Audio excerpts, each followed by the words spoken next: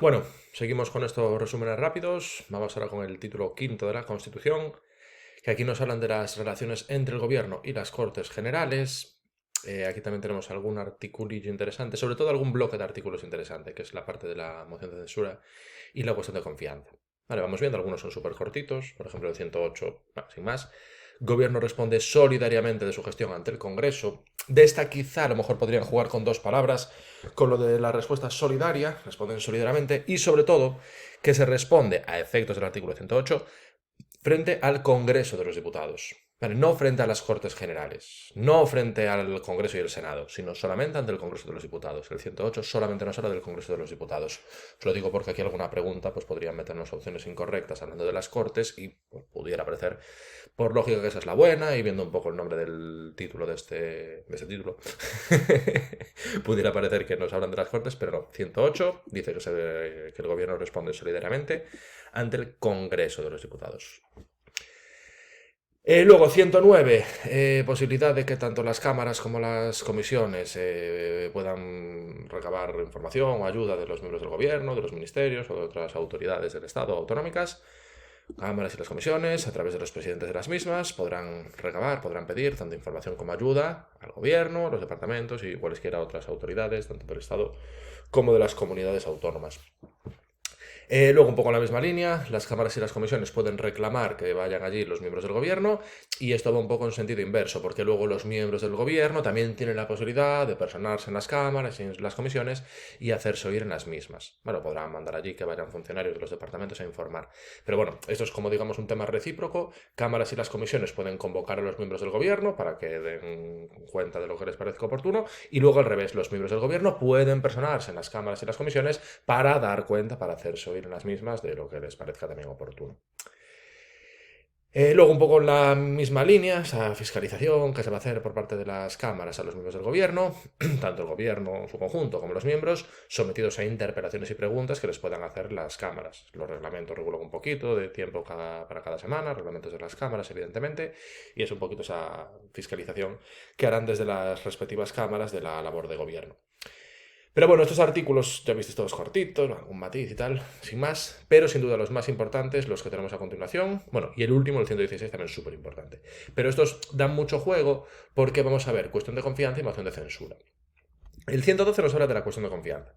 Y nos dicen, el presidente del gobierno, previa deliberación del Consejo de Ministros, puede plantear ante el Congreso la cuestión de confianza. Puede ser sobre el programa o sobre una declaración política general. Y se entiende otorgada la confianza si vota a favor la mayoría simple. Vale, entonces, esto primero, la cuestión de confianza.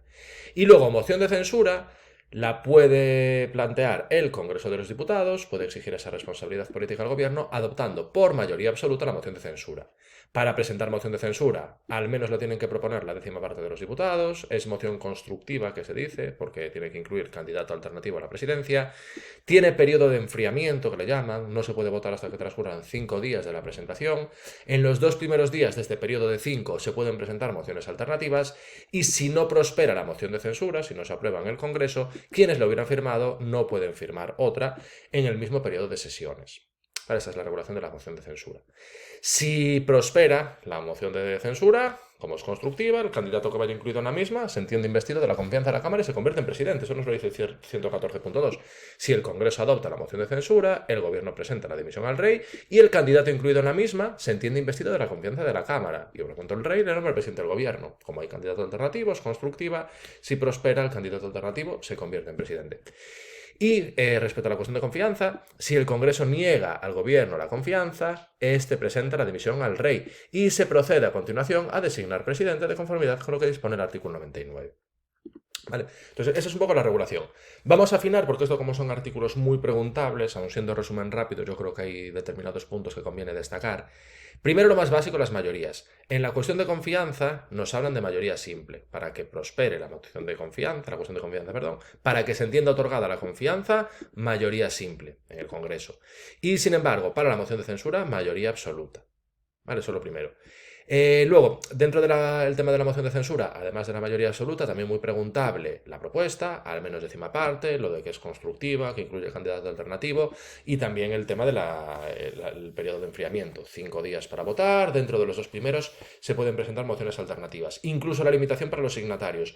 Si no prospera, quienes hayan firmado la moción de censura no podrán presentar otra en el mismo, ojo, periodo de sesiones, no en el mismo año, sino en el mismo periodo de sesiones. Entonces, todos los numeritos importantes. Y luego, a nivel conceptual, yo creo que también conviene hacer una diferenciación para entender bien las figuras. Primero, la cuestión de confianza la plantea el gobierno. Y sin embargo, la moción de censura se la hacen al gobierno, se la hace, digamos, la oposición al gobierno. Entonces, la iniciativa de una figura y de la otra van a la inversa. La cuestión de confianza es el propio gobierno el que somete a un voto de confianza de la Cámara su gestión, y cuando es una moción de censura es al revés, es, digamos, la oposición que está censurando la gestión del gobierno. Eso es lo primero.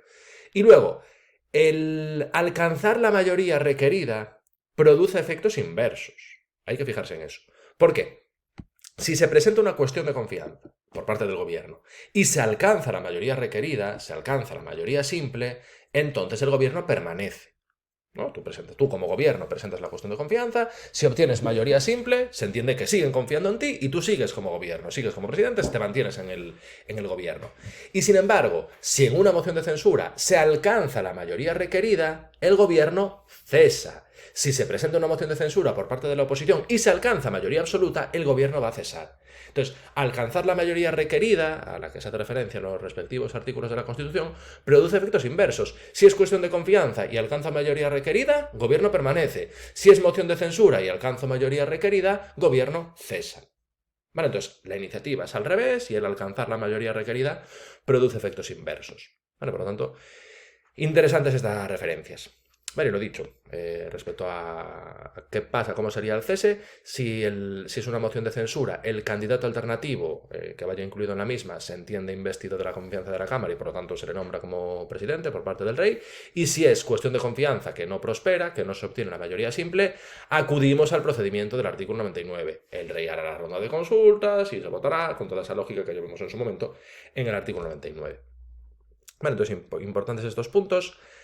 El 115 nos habla de la posibilidad que tiene el presidente del gobierno de disolver Cortes, Congreso o Senado, el presidente del gobierno, previa deliberación del Consejo de Ministros, y bajo su exclusiva responsabilidad podrá disolver Congreso, Senado o Cortes. Bueno, se lo propone porque el que formalmente lo hace sería el rey. Vale, y en ese decreto de disolución habrá que decir evidentemente la fecha de las elecciones. No va a ser que lo disuelvas y nos quedemos sin nada.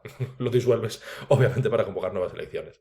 No se puede hacer esto cuando se esté tramitando una moción de censura, si no sería un poco trampa y se desvirtuaría el espíritu de la moción de censura, y no procede nueva disolución antes de que transcurra un año desde la anterior. Vale, por eso se enfatizaba antes lo de que la limitación en la moción de censura es para el periodo de sesiones. Si presentas una moción de censura y no prospera, quien la haya firmado no puede presentar otra en el mismo periodo de sesiones. Y sin embargo, esta limitación de las disoluciones es un año, no periodo de sesiones. Entonces ahí conviene afinar en esos puntos. Vale, y luego os decía que moción de censura, cuestión de confianza, súper importantes, y también el último artículo de este título, el 116, porque es aquí donde nos hablan de los famosos estados de alarma, excepción y sitio. Vale, aquí varias cosas importantes. Primero, saber los que son: alarma, excepción y sitio, regulados por ley orgánica. Y luego, muy importante, saber cómo se decretan unos, otros, plazos, duración, estas cosas. Alarma. Lo declara el gobierno por decreto del Consejo de Ministros, máximo 15 días. Y cuando lo declaras, solo tienes que dar cuenta al Congreso. O sea, avisar al Congreso, digamos, ¿no? Esto lo vivimos en su momento con el tema de la pandemia. Lo decretó el Consejo de Ministros de forma autónoma y luego se comunicó al Congreso. Reunido inmediatamente. Y ojo, la declaración del estado de alarma, la primigenia, 15 días... y solamente hay que comunicárselo al Congreso. Pero, para prorrogarlo, autorización. Ojo con eso. Entonces, estado de alarma, pues lo declara el gobierno, por decreto del Consejo de Ministros, 15 días. Esos 15 días tú simplemente se lo tienes que comunicar al Congreso. Pero luego, si lo quieres prorrogar, ahí sí que necesitas la autorización. ¿Vale? Ahí sí que necesitas la autorización. De hecho, cuando fue, sobre todo el primero, porque cuando fue lo de la pandemia, El primer estado de alarma lo fueron prorrogando de 15 en 15, luego el segundo, que se dio, creo que fue en octubre o así de 2020, el que dio pie no al confinamiento, sino a los cierres perimetrales y cierres de hostelería y todas estas movidas, pero por lo menos podíamos ir de casa. Ese lo habían prorrogado, creo que había sido 5 meses o una cosa así. Entonces, bueno, el tema este de las prórrogas tuvo mucha notoriedad la primera vez, el estado de alarma que empezó en marzo de 2020 y creo que duró hasta mayo, junio, ahora no me acuerdo, pero mayo, junio, o sea, muchas prórrogas se hicieron y eran de 15 en 15. Vale, pero bueno, lo dicho. Lo declara el gobierno, decreto del Consejo de Ministros, 15 días. Solo se comunica al Congreso, pero luego para prorrogarlo se requeriría autorización. Luego, estado de excepción, lo declara el gobierno también por decreto del Consejo de Ministros, pero aquí ya para la declaración primigenia en un primer momento se requiere autorización del Congreso. Entonces ya aquí en un primer momento autoriza el Congreso. Y luego autorización tiene que recoger expresamente los efectos, ámbito territorial, duración, que no puede exceder de 30 días y prorrogable por otro plazo igual. Vale, mismos requisitos. Fijaros que aquí dos diferencias sustanciales. Primero, estado de alarma originario dura 15 días, estado de excepción originario ya dura 30 días. Y luego, estado de alarma, el originario se comunica al Congreso y, sin embargo, el estado de excepción ya el originario lo tiene que autorizar el Congreso. En ambos casos, las prórrogas también las tendría que autorizar el Congreso. Pero los matices más interesantes, las diferencias principales entre alarma y excepción, estas que hemos destacado. Y luego el estado de sitio ya sí que cambia bastante la jugada, ojalá que nunca pase, porque esto sería básicamente que estamos en guerra. Estado de sitio lo declara la mayoría absoluta del Congreso. Fijaros que los otros dos era por decreto del Consejo de Ministros, este no, el estado de sitio lo declara la mayoría absoluta del Congreso. Propuesta exclusiva del Gobierno, sí, pero la propia declaración es mayoría absoluta del Congreso. Y el Congreso determina pues todo, ámbito territorial, duración y condiciones. Vale, así que nada, estos puntos 2, 3 y 4 del artículo 116, súper importantes, súper importantes. Bueno, además, al haber vivido hace no mucho tiempo una situación que seguramente nos haya marcado bastante a todos, pues esto lo hace más susceptible todavía de ser preguntado. Vale, el punto quinto nos dice que no se puede disolver el Congreso mientras nos encontremos en alguna de estas situaciones. Lógico, por otra parte. Se convocan las cámaras automáticamente si no están en periodo de sesiones y el funcionamiento de los poderes constitucionales del Estado no se puede interrumpir durante la vigencia de estas situaciones. Evidentemente estaríamos en situaciones gravísimas, ya lo vivimos todos con la pandemia, mira que era algo grave, y solo entre comillas, se declaró el estado de alarma. Evidentemente, si estamos en estado de sitio, necesitamos toda la maquinaria de los poderes del Estado funcionando a pleno rendimiento. Está claro, en estas situaciones hay que arrimar el hombro más que nunca. Y luego nos dicen que si está disuelto el Congreso o expirado el mandato, si en estas situaciones se produjo alguna situación de estas gravísimas que dé lugar a estas situaciones, las competencias del Congreso asumidas por la Diputación Permanente. Eso, acordaros, lo vimos también en su momento. Al final la Diputación Permanente es el órgano que asume las funciones de la Cámara cuando la misma no se encuentra reunida. Vale, y el hecho de que nos encontremos en estos estados, alarma, excepción o sitio, no modifica el principio de responsabilidad del Gobierno, que está reconocido en la Constitución. Pero bueno, puntos esto quizá menos importante. Sin duda, puntos 2, 3 y 4 del 116, muy preguntables. Muy preguntables. Y eso, con esto visto el título quinto, resumen rápido, finitado, y ya por el siguiente.